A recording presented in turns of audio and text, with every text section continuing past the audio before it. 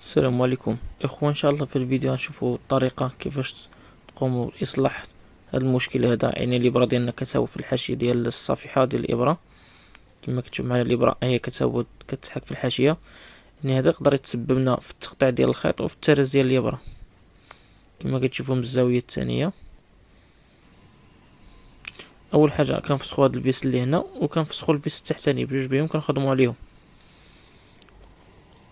من بعد ما كنفسخوا الفيس الاول كنضربوا على السيبوره ديال السنان تدخل لداخل، كتدخل بواحد الميليم ولا جوج ميليم.